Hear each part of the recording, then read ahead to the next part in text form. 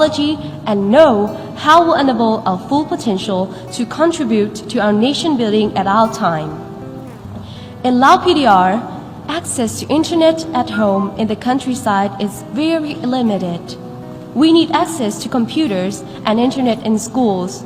We need teachers to show us how to use technology through interactive learning to help us find good jobs in the 21st century.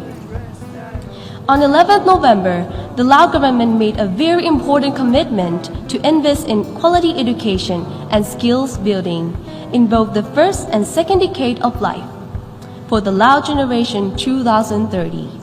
For this to happen, we need resources from domestic and external sources to implement it. We also want to see all Lao children complete secondary education by 2030. In the Lao PDR, in the poorest community, numbers of girls and boys drop out from school remain high, especially among girls. How can we ensure that all Lao youth become the human capital? At the outset, I would like to congratulate you, Mr. Tijani Muhammad Bande, on your election as President of the 74th session of the United Nations General Assembly. I pledge our full support to your presidency, and I'm confident that with your extensive experience, you will be able to lead the deliberation of this UNGA session to a great success. Let me also commend your predecessor, Madam Maria Fernanda Garces, for her successful presidency of the 73rd session of UNGA.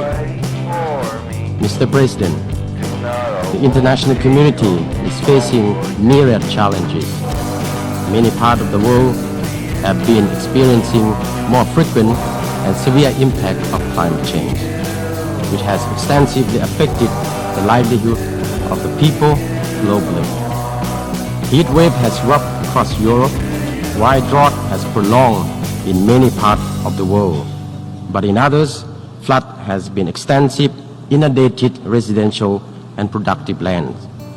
In this context, while developed countries may have been more resilient too and able to adapt to the impact of climate change, developing countries, and in particular, the least developed ones, are the most vulnerable, including, in particular, my own country. During the past 2 months, we experienced unexpected heavy rainfall as a result of tropical storm Pudo across the country, which has made nearly all provinces inundated, causing enormous damage to infrastructure, agriculture, and livelihood of the people. This has already caused